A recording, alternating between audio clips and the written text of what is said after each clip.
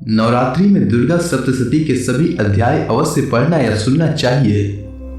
इसलिए आज मैं आपके लिए दुर्गा सप्तशती का 8वां और 9वां अध्याय लेकर आया हूं। तो चलिए सुनते हैं दुर्गा सप्तशती का 8वां और 9वां अध्याय। अष्टमोध्याय। ऋषि कहते हैं, चंड और मुंड नामक दैत्यों के मारे जाने तथा बहुत सी सेना का संहार हो जाने पर दैत्यों के राजा प्रतापी शुंभ के मन में बड़ा क्रोध हुआ और उसने दैत्यों की संपूर्ण सेना को युद्ध के लिए कुछ करने की आज्ञा दी। वह बोला, आज उदय युद्ध नाम के 86 दैत्य सेनापति अपनी सेनाओं के साथ युद्ध के लिए प्रस्थान करें। कंबु नाम वाले दैत्यों के 84 सेना नायक अपनी वाहिनी से घिरे हुए यात्रा करें। 50 कोटि वीर्य कुल के और 100 धूम्र कुल के असुर सेनापति मेरी आज्ञा से सेना सहित कूच करें। कालक दौहार्द मौर्य और काल के असुर भी युद्ध के लिए तैयार हो मेरी आज्ञा से तुरंत प्रस्थान करें। भयानक शासन करने वाले असुर राज शुंभ इस प्रकार आज्ञा दे सहस्त्रों बड़ी बड़ी सेनाओं के साथ युद्ध के लिए प्रस्थित हुए। उनकी अत्यंत भयंकर सेना आती देख चंडिका ने अपनी धनुष की टंकार से पृथ्वी और आकाश के बीच का भाग गुंजा दिया। हे राजन, तदंतर देवी के सिंह ने भी बड़े जोर जोर से दहाड़ना आरंभ किया। फिर अंबिका ने घंटे के शब्द से उस ध्वनि को और भी बढ़ा दिया। धनुष की टंकार, सिंह की दहाड़ और घंटे की ध्वनि से संपूर्ण दिशाएं गूंज उठी। उस भयंकर शब्द से काली ने अपने विकराल मुख को और भी बढ़ा लिया तथा इस प्रकार वे विजयी हुई। उस तुमुल नाद को सुनकर दैत्यों की सेनाओं ने चारों ओर से आकर चंडिका देवी, सिंह तथा काली देवी को क्रोधपूर्वक घेर लिया। हे राजन, इस बीच में असुरों के विनाश तथा देवताओं के अभ्युदय के लिए ब्रह्मा, शिव, कार्तिकेय, विष्णु तथा इंद्र आदि देवों की शक्तियां, जो अत्यंत पराक्रम और बल से संपन्न थी, उनके शरीर से निकलकर उन्हीं के रूप में चंडिका देवी के पास गई। जिस देवता का जैसा रूप, जैसी वेशभूषा और जैसा वाहन है, ठीक वैसे ही साधनों से संपन्न हो, उसकी शक्ति असुरों से युद्ध करने के लिए आई। सबसे पहले हंस युक्त विमान पर बैठी हुई अक्षसूत्र और कमंडल से सुशोभित ब्रह्मा जी की शक्ति उपस्थित हुई, जिसे ब्रह्माणी कहते हैं। महादेव जी की शक्ति वृषभ पर आरूढ़ हो, हाथों में श्रेष्ठ त्रिशूल धारण किए, महानाग का कनक पहने, मस्तक में चंद्र रेखा से विभूषित हो वहां पर पहुंची।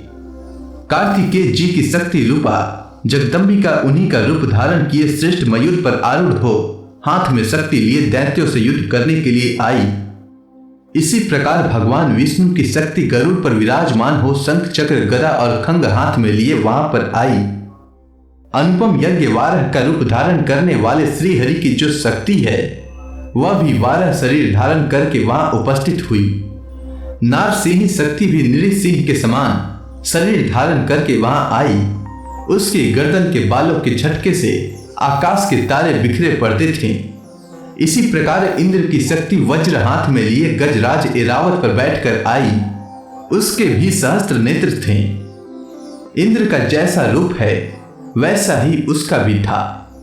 तदंतर उन देव शक्तियों से घिरे हुए महादेव जी ने चंडिका से कहा, मेरी प्रसन्नता के लिए तुम शीघ्र ही इन असुरों का संहार करो।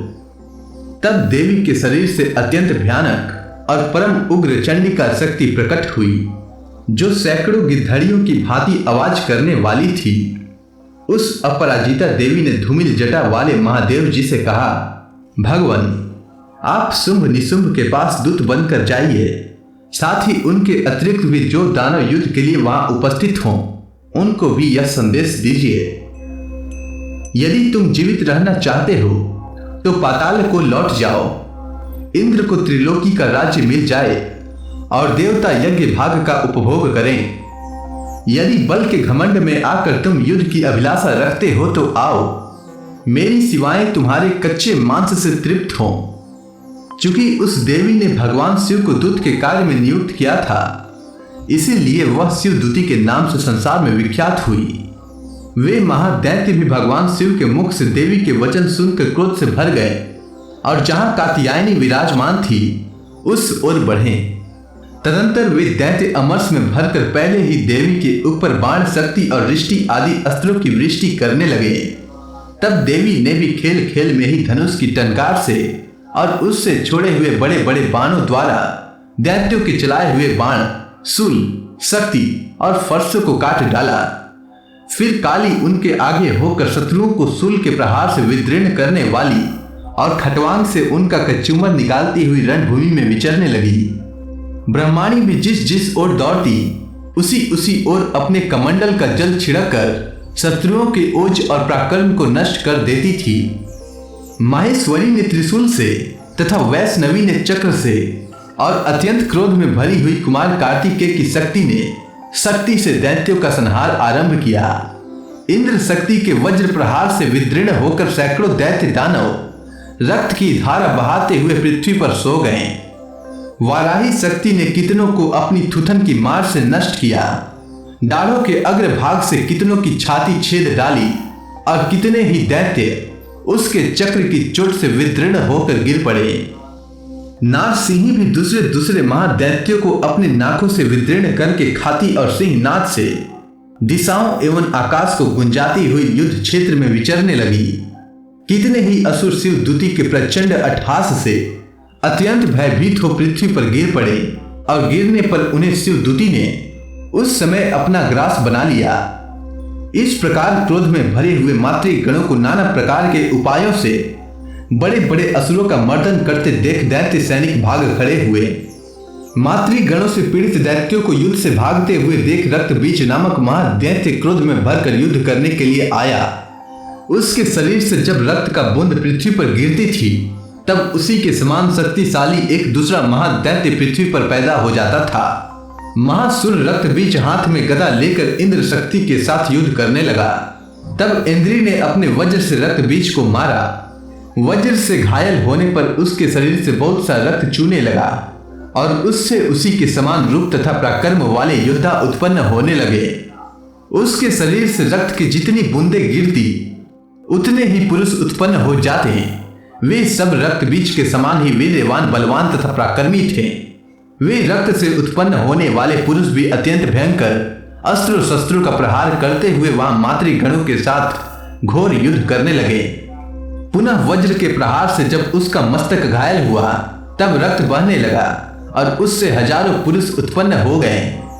वैष्णवी ने युद्ध में रक्त बीज पर चक्र का प्रहार किया तथा इंद्री ने उस दैत्य सेनापति को गदा से चोट पहुंचाई। वैष्णवी के चक्र से घायल होने पर उसके शरीर से जो रक्त बहा और उससे उसी के बराबर आकार वाले सहस्त्रों महादैत्य प्रकट हुए। उनके द्वारा संपूर्ण जगत व्याप्त हो गया। कौमारी ने शक्ति से, वाराही ने खंग से और माहेश्वरी ने त्रिशूल से महादैत्य रक्त बीज को घायल किया। क्रोध में भरे हुए उस महादैत्य रक्त बीज भी गदा से सभी मातृ शक्तियों को पृथक पृथक प्रहार किया। शक्ति और शूल आदि से अनेक बार घायल होने पर जो उसके शरीर से रक्त की धारा पृथ्वी पर गिरी उससे भी निश्चय ही सैकड़ों असुर उत्पन्न हुए। इस प्रकार उस महादैत्य के रक्त से प्रकट हुए असुरों द्वारा संपूर्ण जगत व्याप्त हो गया। इससे उन देवताओं को बड़ा भय हुआ। देवताओं को उदास देख चंडिका ने काली से शीघ्र पूर्वक कहा, चामुंडे तुम अपनी मुख और भी फैलाओ तथा मेरे शस्त्रपात से गिरने वाले रक्त बिंदुओं और उनसे उत्पन्न होने वाले महादैत्यों को तुम अपने इस उतावले मुख से खा जाओ। इस प्रकार रक्त से उत्पन्न होने वाले महादैत्यों का भक्षण करती हुई तुम रण में विचरती रहो। ऐसा करने से उस दैत्य का सारा रक्त क्षीण हो जाने पर वह स्वयं भी नष्ट हो जाएगा। उन भयंकर दैत्यों को जब तुम खा जाओगी तब दूसरे नए दैत्य उत्पन्न नहीं हो सकेगी। काली से यों कहकर चंडिका देवी ने शूल से रक्त बीज को मारा और काली ने अपने मुख में उसका रक्त ले लिया। तब उसने वहां चंडिका पर गदा से प्रहार किया, किंतु उस गदापात ने देवी को तनिक भी वेदना नहीं पहुंचाई। रक्त बीज के घायल शरीर से बहुत सा रक्त गिरा, किंतु ज्यों ही वह गिरा त्यों ही चामुंडा ने उसे अपने मुख में ले लिया। रक्त गिरने से काली के मुख में जो महादैत्य उत्पन्न हुए उन्हें भी वह चट कर गई और उसने रक्त बीज का रक्त भी पी लिया। तदंतर देवी ने रक्त बीज को, जिसका रक्त चामुंडा ने पी लिया था, वज्र, बाण, खंग तथा रिष्टि आदि से मार डाला। हे राजन, इस प्रकार सहस्त्रों के समुदाय से आहत एवं रक्तहीन हुआ वह महादैत्य रक्त बीज पृथ्वी पर गिर पड़ा।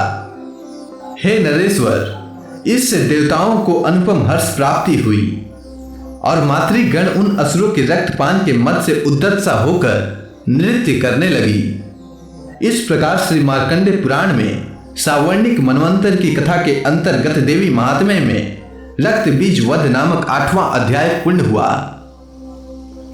श्री दुर्गा सप्तशती का 9वां अध्याय। राजा ने कहा, भगवान, आपने रक्त बीज के वध से संबंध रखने वाला देवी चरित्र का यह अद्भुत महात्म्य मुझे बतलाया। अब रक्त बीज के मारे जाने पर अत्यंत क्रोध में भरे हुए शुंभ और निशुंभ ने जो कर्म किया उसे मैं सुनना चाहता हूं। तब ऋषि कहते हैं, हे राजन, युद्ध में रक्त बीज तथा अन्य दैत्यों के मारे जाने पर शुंभ और निशुंभ के क्रोध की सीमा न रही। अपनी विशाल सेना इस प्रकार मारी जाती देखकर निशुंभ अमरस में भरकर देवी की ओर दौड़ा। उसके साथ असुरों की प्रधान सेना थी। उसके आगे पीछे तथा पार्श्व भाग में बड़े बड़े असुर थे जो क्रोध से ओठ चबाते हुए देवी को मार डालने के लिए आए। महापराक्रमी शुंभ भी अपनी सेना के साथ मातृगणों से युद्ध करके क्रोधवश चंडिका को मारने के लिए आ पहुंचा। तब देवी के साथ शुंभ और निशुंभ का घोर संग्राम छिड़ गया। वे दोनों दैत्य मेघों की भांति बाणों की भयंकर वृष्टि कर रहे थे। उन दोनों के चलाए हुए बाणों को चंडिका ने अपने बाणों के समूह से तुरंत काट डाला और शस्त्र समूहों की वर्षा करके उन दोनों दैत्यपतियों के अंगों में भी चोट पहुंचाई। निशुंभ ने तीखी तलवार और चमकती हुई ढाल लेकर देवी के श्रेष्ठ वाहन सिंह के मस्तक पर प्रहार किया। अपने वाहन को चोट पहुंचने पर देवी ने शूर्प नामक बाण से निशुंभ की श्रेष्ठ तलवार तुरंत ही काट डाली और उसकी ढाल को भी, जिसमें 8 चांद जड़े थे, खंड खंड कर दिया। ढाल और तलवार के कट जाने पर उस असुर ने शक्ति चलाई, किंतु सामने आने पर देवी के चक्र से उसके भी 2 टुकड़े हो गए। अब तो निशुंभ क्रोध से जल उठा और उस दानव ने देवी को मारने के लिए शूल उठाया, किंतु देवी ने समीप आने पर उसे भी मुक्के से मारकर चूर्ण कर डाला। तब उसने गदा घुमाकर चंडी के ऊपर चलाई, परंतु वह भी देवी के त्रिशूल से कटकर भस्म हो गई। तदंतर दैत्य राज निशुंभ को फरसा हाथ में लेकर आते देख देवी ने बाण समूहों से घायल कर धरती पर सुला दिया। उस भयंकर पराक्रमी भाई निशुंभ के धराशायी हो जाने पर शुंभ को बड़ा क्रोध हुआ और अंबिका का वध करने के लिए वह आगे बढ़ा। रथ पर बैठे बैठे ही उत्तम आयुधों से सुशोभित अपनी बड़ी बड़ी 8 अनुपम भुजाओं से समूचे आकाश को ढक कर वह अद्भुत शोभा पाने लगा। उसे आते देख देवी ने शंख बजाया और धनुष की प्रत्यंचा का भी अत्यंत दुस्सह शब्द किया। साथ ही अपने घंटे के शब्द से, जो समस्त दैत्य सैनिकों का तेज नष्ट करने वाला था, संपूर्ण दिशाओं को व्याप्त कर दिया। तदंतर सिंह ने भी अपनी दहाड़ से, जिसे सुनकर बड़े बड़े गजराजों का महान मद दूर हो जाता था, आकाश पृथ्वी और 10 दिशाओं को गुंजा दिया। फिर काली ने आकाश में उछलकर अपने दोनों हाथों से पृथ्वी पर आघात किया। उससे ऐसा भयंकर शब्द हुआ जिससे पहले के सभी शब्द शांत हो गए। तत्पश्चात शिवदूती ने दैत्यों के लिए अमंगलजनक अट्टहास किया। इन शब्दों को सुनकर समस्त असुर थर्रा उठे, किंतु शुंभ को बड़ा क्रोध हुआ। उस समय देवी ने जब शुंभ को लक्ष्य करके कहा, ओ दुरात्मन, खड़ा रह, खड़ा रह। तभी आकाश में खड़े हुए देवता बोल उठे, जय हो, जय हो। शुंभ ने वहां आकर ज्वालाओं से युक्त अत्यंत भयानक शक्ति चलाई। अग्निमय पर्वत के समान आती हुई उस शक्ति को देवी ने बड़े भारी लुके से दूर हटा दिया। उस समय शुंभ के सिंहनाद से तीनों लोक गूंज उठे। राजन, उसकी प्रतिध्वनि से वज्रपात के समान भयानक शब्द हुआ, जिसने अन्य सब शब्दों को जीत लिया। शुंभ के चलाए हुए बाणों को देवी ने और देवी के चलाए हुए बाणों को शुंभ ने अपने बाणों द्वारा सैकड़ों और हजारों टुकड़े कर दिए। तब क्रोध में भरी हुई चंडिका ने शुंभ को शूल से मारा। उसके आघातों से मूर्छित हो वह पृथ्वी पर गिर पड़ा। इतने में ही निशुंभ को चेतना हुई और उसने धनुष हाथ में लेकर बाणों द्वारा देवी काली तथा सिंह को घायल कर डाला। फिर उस दैत्यराज ने 10,000 बाहें बनाकर चक्रों के प्रहार से चंडिका को आच्छादित कर दिया। तब दुर्गम पीड़ा का नाश करने वाली भगवती दुर्गा ने कुपित होकर अपने बाणों से उन चक्रों तथा बाणों को काट दिया। यह देख निशुंभ दैत्य सेना के साथ चंडिका का वध करने के लिए हाथ में गदा लेकर बड़े वेग से दौड़ा। उसके आते ही चंडी ने तीखी धार वाली तलवार से उसकी गदा को शीघ्र ही काट डाला। तब उसने शूल हाथ में ले लिया। देवताओं को पीड़ा देने वाले निशुंभ को शूल हाथ में लिए आते देख चंडिका ने वेग से चलाए हुए अपने शूल से उसकी छाती छेद डाली। शूल से विदीर्ण हो जाने पर उसकी छाती से एक दूसरा महाबली एवं महापराक्रमी पुरुष खड़ी रह कहता हुआ निकला। उस निकलने वाले पुरुष की बात सुनकर देवी ठठहाकर हंसने लगी और खड़क से उन्होंने उसका मस्तक काट डाला। फिर तो वह पृथ्वी पर गिर पड़ा। तदंतर सिंह अपनी डाढ़ों से असुरों की गर्दन कुचलकर खाने लगा। यह बड़ा भयंकर दृश्य था। उधर काली तथा शिव दूती ने भी अन्यान्य दैत्यों का भक्षण आरंभ किया। कौमारी की शक्ति से विदीर्ण होकर कितने ही महादैत्य नष्ट हो गए। ब्राह्मणी के मंत्र पुत्र जल से निस्तेज होकर कितने ही भाग खड़े हुए। कितने ही दैत्य महोश्वरी के त्रिशूल से छीण भीण होकर धराशायी हो गए। वाराही के थुथन के आघात से कितनों का पृथ्वी पर कुचुम्बर निकल गया। वैष्णवी भी अपने चक्र से दानवों के टुकड़े टुकड़े कर डाले। इंद्र के हाथ से छुटे हुए वज्र से भी कितने ही प्राणों से हाथ धो बैठे। कुछ असुर नष्ट हो गए, कुछ उस महायुद्ध से भाग गए तथा कितने ही काली शिवदूती तथा सिंह के ग्रास बन गए। इस प्रकार से मार्कंडेय पुराण में सावर्णिक मनवंतर की कथा के अंतर्गत देवी महात्म्य में निशुंभ वध नामक 9वां अध्याय पूरा हुआ। तो प्रेम से बोलिए दुर्गा महारानी की जय।